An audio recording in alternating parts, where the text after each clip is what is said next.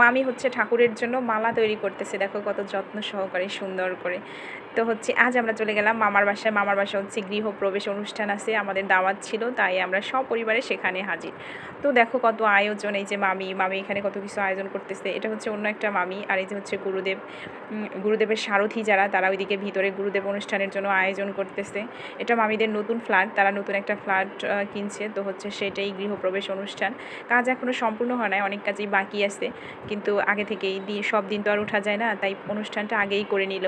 আর উঠতে উঠতে দেখা যায় 2 মাসের মতো লেগে যাবে। এটা হচ্ছে মামিদের বেডরুম, এটা হচ্ছে তাদের একটা বারান্দা, মানে মামিদের সাথে যেটা বারান্দা সেইটাই। তো হচ্ছে এখনও কোনো কিছু ফার্নিচার নেয় না, যেহেতু কাজ কমপ্লিট হয় না। এটা হচ্ছে ছোটো মামা, এটা হচ্ছে অন্য একটা রুম, এটাও একটা বেডরুম, এটার সাথেও অ্যাটাচড। এটা হচ্ছে ডাইনিং স্পেস, সরি। এই ডাইনিং স্পেসে বসেই এই হচ্ছে এত সব আয়োজন হচ্ছে। এই দেখো আমি তো এত কিছু করতেছে, সবাই অনেক বিজি সবার মতো করে। ফুলের মালাগুলো মামি কত সুন্দর করে, কত ডিজাইন করে গাঁথতেছে, ঠাকুরের জন্য যেহেতু করতেছে তো সেরকমভাবেই করবে।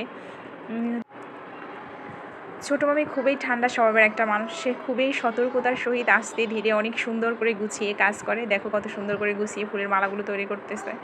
এইদিকে আবার যারা আছে সবাই সবার মতো করে কাজ করতে, যেহেতু একটা অনুষ্ঠান বাড়ি, তো হচ্ছে সবাই তো কিছু না কিছু কাজে বিজি থাকে, শুধু একমাত্র আমিই ফ্রি। তো হচ্ছে এইদিকে দেখো অবশিষ্ট কিছু ফুলের মানে বোটাগুলো ফেলানো আছে।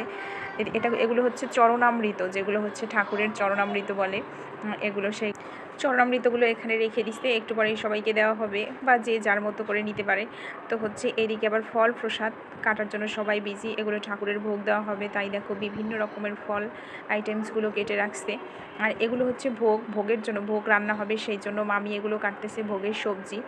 তোমরা যারা হিন্দু ভাই বোন আছো তারা অবশ্যই জানো যে একটা পুজো করতে কত কিছু দরকার পড়ে, কত আয়োজন, কত লোকজন। তো হচ্ছে এগুলো সবেই ঠাকুরের সাথে যারা আসছে, ঠাকুর বলতে হচ্ছে আমাদের যে ব্রাহ্মণ বা গোসাই বলে, মামিদের যে গোসাই, সে হচ্ছে এগুলো সব তাদের সাথে করে নিয়ে আসতে, শুধু কস্টিংটা দিয়ে দিতে হয়। তাদের লোকজনই সমস্ত কিছু আয়োজন করবে, আমাদেরকে হাতও দিতে দেয় না, তারা নিজেরাই রান্নাবান্না করে, শুধু কাটাকুটার ব্যাপারটা সেগুলো ব্যাপারে সবাই হেল্প করতেছে। সবাই বলতে কিছু মানুষ, বেসিক কিছু মানুষ। আর হচ্ছে এই দিকে যেটা হচ্ছে সেটা হচ্ছে ঠাকুরঘর, ঠাকুরের জন্য সমস্ত কিছু আয়োজন করে রাখছে। এই দেখো কত সুন্দর করে সব কিছু পরিবেশন করতেছে।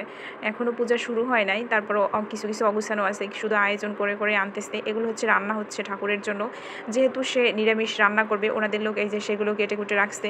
তো সব কিছু তো আরোভাবে ভিডিও করা পসিবল হয় না, যার মধ্যে থেকে যতটুকু পারি। এটা হচ্ছে মামিদের বেসিং, আর এটা হচ্ছে আমার অদ্রিজা, এখান দিয়ে লাফাইতেছে, এই যে অর্পণারা সবাই।